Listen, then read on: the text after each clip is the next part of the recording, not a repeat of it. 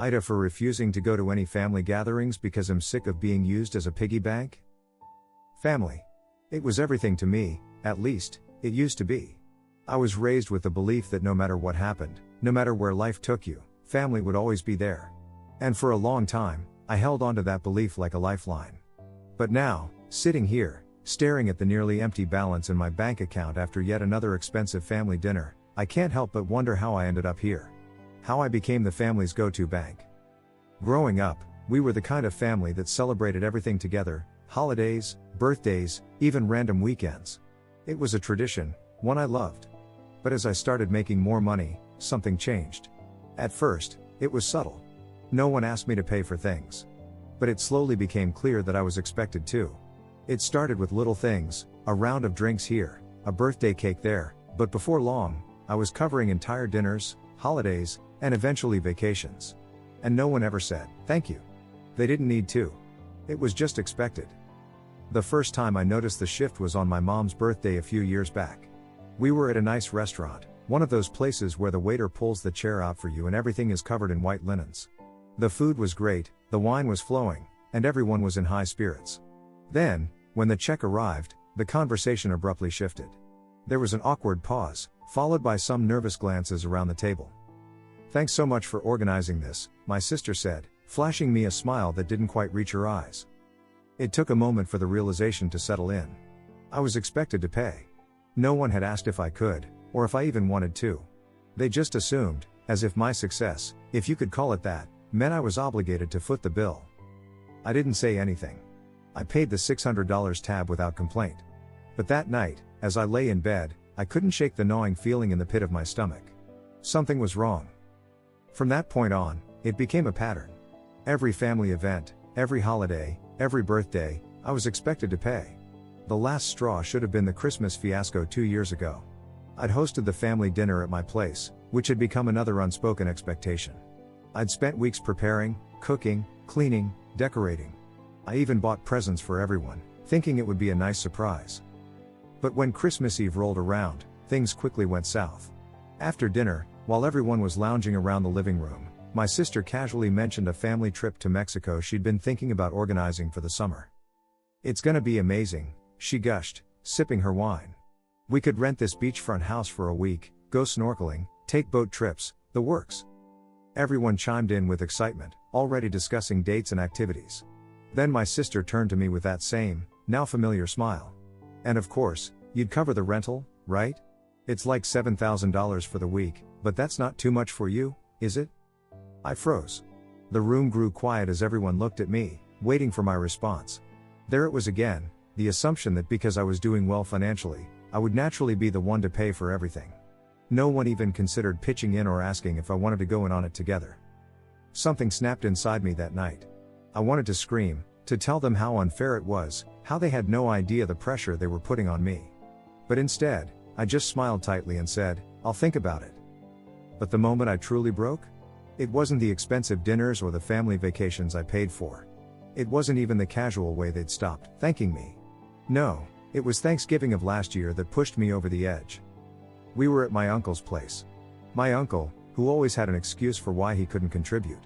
This year, it was because he'd lost his job, again. It wasn't the first time, and I doubted it would be the last. He pulled me aside before dinner, his voice low, almost conspiratorial. You've got this, right? He asked, gesturing to the spread laid out on the dining table. I've been struggling, you know, so I thought you could cover the groceries and the wine. I stared at him, my stomach sinking. The groceries? The wine? I wasn't even supposed to be hosting this year. But once again, here I was, expected to take care of everything without so much as a conversation about it. I didn't even know how much he had spent. And just like that, I was paying for yet another family event. But something about this time felt different. As I handed over my card to cover the costs, I felt an overwhelming wave of anger and resentment. I was done. This was the last time. A few months passed, and I tried to keep my distance from the family, hoping they'd get the hint. Then, one Saturday morning, I got a call from my sister. Hey. She greeted me, far too cheery for a Saturday morning. I've been thinking about something. A family reunion this summer. We haven't had one in ages, and I found this gorgeous lake house. It's got a huge deck, tons of space, and it's right by the water. I think everyone would love it." I could feel the catch coming before she even said it. "It's a little pricey," she continued, her voice softening like she was about to ask for a favor. "About $5,000 for the week. But I was thinking, you could cover the deposit, and then we'd figure out the rest later. You know, like we always do?" My heart sank. There it was, the expectation, the assumption that I would once again pay for everyone. I gripped the phone tightly, feeling the anger rise in my chest. "No," I said flatly. There was a long pause on the other end of the line. "What do you mean, no?" she asked, her voice tinged with confusion. "I mean, I'm not paying for the reunion. If we're going to do this, everyone needs to pitch in. I can't keep being the one who pays for everything." The fallout from that phone call was immediate. Within a week, a family meeting was scheduled. I wasn't surprised. Anytime there was any tension or disagreement, a family meeting was called to smooth things over. But I knew better. It was never about resolving things, it was about guilt-tripping and making me feel like the bad guy. We met at my mom's house, the usual spot for these confrontations. I walked into the living room, where the entire family was already seated, my mom, my sister, my uncle, a few cousins. All eyes were on me as I took a seat. I knew what was coming, but I was ready. I wasn't going to back down this time. My mom started, her voice soft, trying to play peacemaker. "We've been hearing some things," she said, glancing at my sister. "About you not wanting to contribute to the family reunion." "That's right," I said, my voice steady. "I'm not paying for it. I've been paying for every family event for years now, and it's not fair. No one even asks me if I want to help, they just assume I will. I'm tired of it." The room fell silent for a moment before my sister spoke up, her voice sharp. "You're doing well, aren't you? It's not like you can't afford it." "That's not the point," I shot back, my frustration boiling over. "I've been paying for everything for years. Holidays, birthdays, dinners, everything. And none of you even acknowledge it. You just expect it. I'm not a bank." "We're family," my uncle chimed in, his tone accusing. "Family helps each other. Isn't that what this is all about? Money shouldn't matter when it comes to family." I laughed bitterly, unable to contain it any longer. "Money doesn't matter to you because you're not the one paying. You all talk about how we're supposed to help each other, but the only person doing the helping is me. When was the last time any of you chipped in? When have any of you paid for anything?" Just when I thought things couldn't get worse, my sister delivered the blow that nearly shattered me. She stood up, glaring at me, her face flushed with anger. "You're so selfish," she spat. "Do you know how hard it is for the rest of us? You act like you're being generous, but you're just throwing your money around to make us feel small. You love holding it over our heads. You've always been like this, always needing to be in control." Her words hit me like a punch to the gut. Was that how they saw me? As some arrogant, controlling figure who flaunted my success just to make them feel inferior?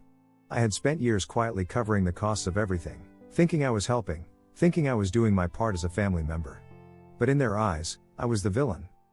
The room was silent again, everyone waiting for me to respond. I could feel the anger bubbling up inside me, but along with it, there was a deep sadness. Had all these years of generosity been misunderstood? Had I, in my attempt to be kind and keep the family together, only driven a wedge between us? I took a deep breath, standing up from my chair and facing my sister. "You think I do this to make you feel small?" I asked, my voice trembling with emotion. "I do this because I thought it was the right thing to do. I never asked for praise or even acknowledgement, but the least you could do is respect me. Do you even know what it's like? To work hard, to make sacrifices, and then to feel like you're being taken advantage of by the people who are supposed to care about you the most?" No one responded. They just sat there, their eyes downcast, uncomfortable with the truth that was hanging in the air. I continued, my voice firmer now. "I don't need to throw my money around to feel important. In fact, I hate that it's come to this. I've paid for all these years because I love you, because I wanted to support you when you needed it. But I can't keep doing it. I have my own life, my own responsibilities. And honestly, I need to start taking care of myself, too." My mother, always the soft-hearted one, finally broke the silence. "We didn't mean to make you feel this way," she said, her voice wavering. "I guess we've just gotten used to it, and we never stopped to think about how much pressure we were putting on you." I appreciated her words, but I knew that things had gone too far for a simple apology to fix. Years of resentment had built up inside me, and I couldn't just sweep it under the rug. "I'm not asking for an apology," I said quietly.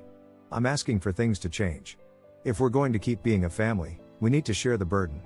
Whether it's planning a trip, hosting a dinner, or even just chipping in for a meal, everyone needs to play a part.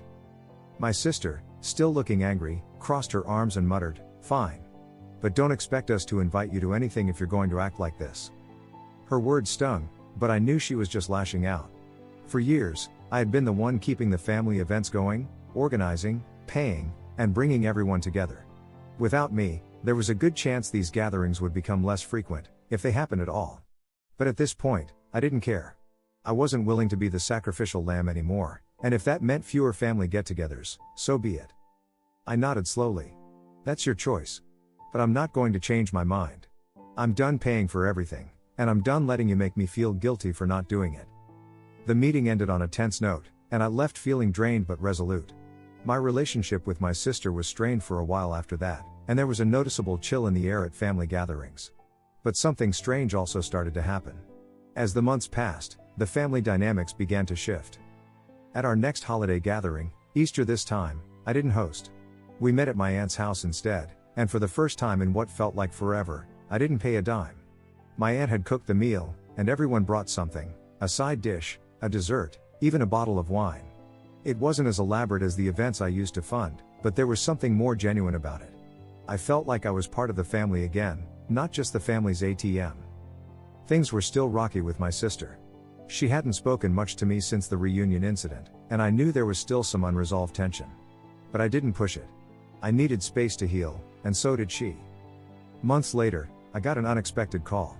It was from my uncle, the same one who had cornered me during Thanksgiving, asking me to cover the groceries and wine.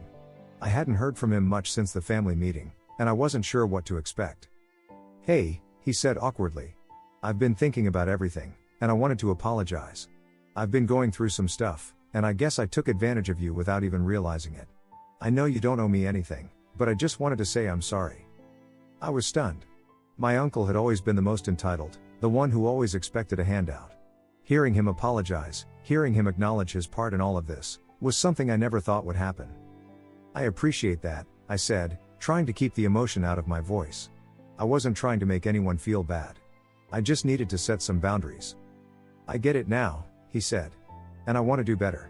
I know I haven't been the most reliable, but I'm trying to turn things around." That phone call marked a turning point for me. Slowly but surely, the dynamics in our family started to shift.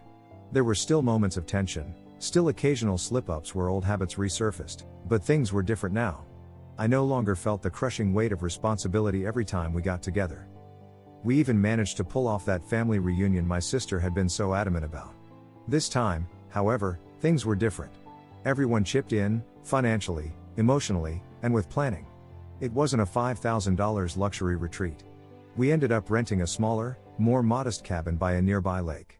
And instead of one person, me, footing the bill, each family contributed what they could.